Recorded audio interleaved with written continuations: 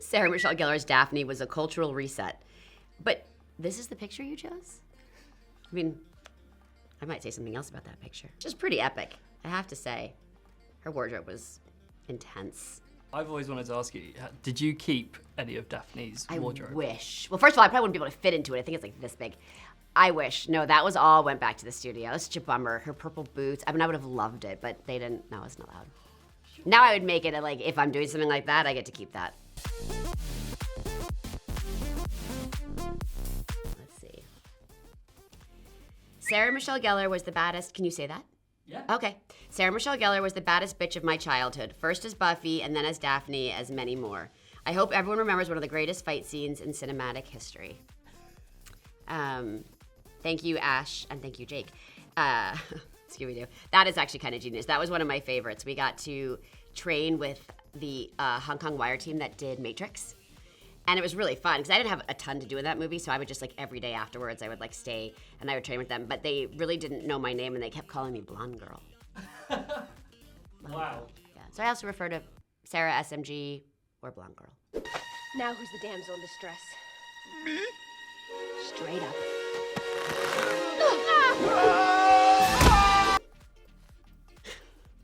This is...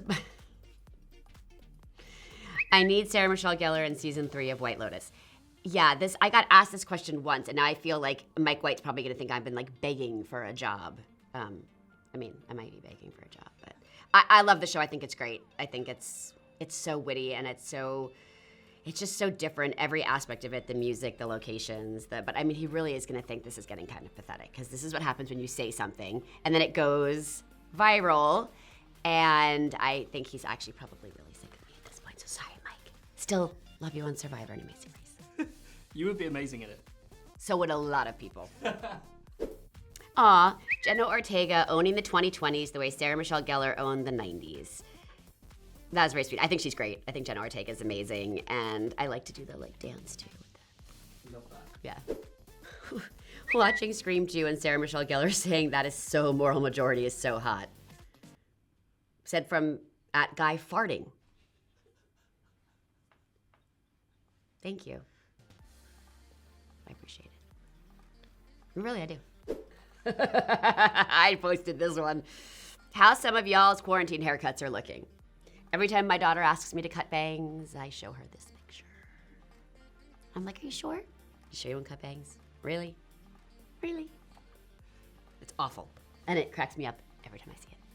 Is there like a story behind that haircut? I don't know. I think it broke my hair. I think it was like just in the middle of doing so many things and my hair was like literally fried and I think it broke. Oh my God. And I just think no one knew what to do with it.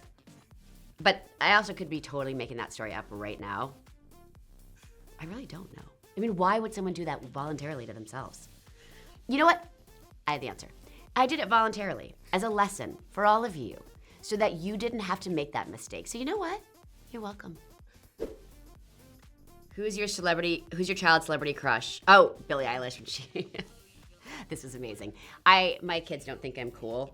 And this got me some points. So Billie, thank you. I love her. I think the world of her. I think she's so talented. I think she's so cool. I love that she's herself, that she's unique. Yeah. Big fan. Yeah. I mean, how does it feel knowing you were Billie Eilish's childhood crush? That's awesome. Of course, what I want to ask is, wait, so I'm not anymore? Who replaced me? That's actually what I'd like to know. In this house, we worship Sarah Michelle Gellar, so it looks like Wolfpack is about to become my entire personality. Pray for me. David, this is amazing. I love this. And you got the pray for survival in there. I'm down with this. I'm with David on this. Who do you play in Wolfpack?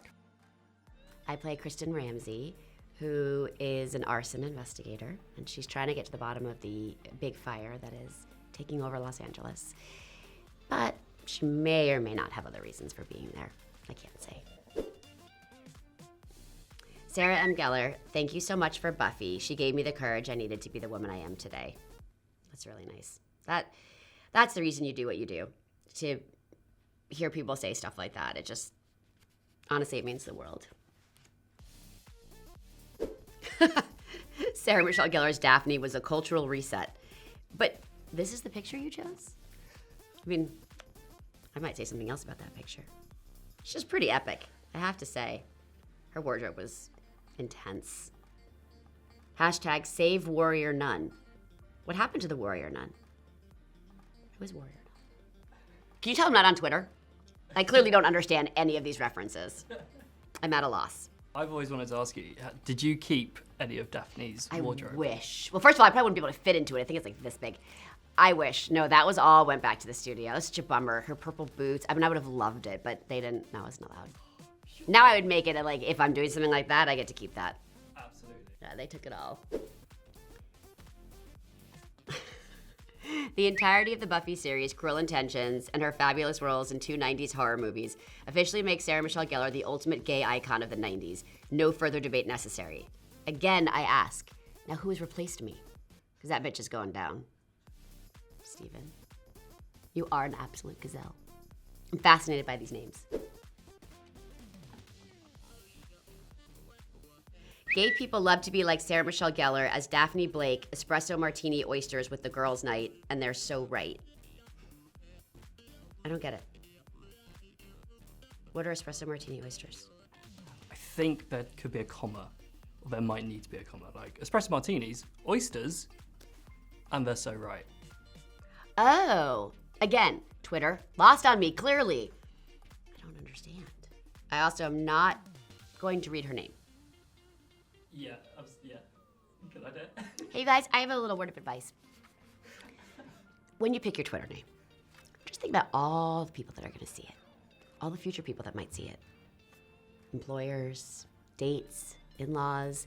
Just really think, is that really the name that you want to be associated with forever? Because it doesn't go away. Just saying. I don't need to read her name right now. Sometimes I think love isn't real, and then I remember Sarah Michelle Gellar and Freddie Prinze Jr., and I have hope again. It's beautiful, but don't find love and hope from yourself. You don't need to get it from other people. It's out there. But love yourself first. This is a question? Yeah. No, it's obvious. What? There's not even a choice. Daniel Craig, I'm right here. Here for it. You would be amazing in Knives Out. All of you would. It'd be so great. Would you ever want to do another Scooby-Doo?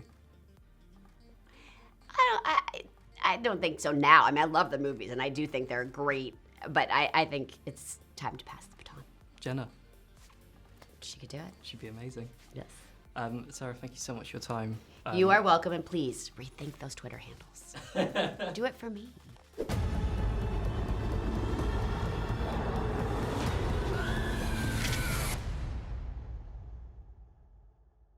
My favorite's the one with 2 heads. Hey, what's going on? I'm Kevin Hart. Hi, my name's Eric Stonestreet. Hi, I'm Margot. I'm Journey. I'm James McAvoy. I'm Daniel Radcliffe. I'm Rebel Wilson. I'm Jeremy Clarkson. I'm going to be translating some Scottish tweets for It's Gone Viral. On It's Gone Viral.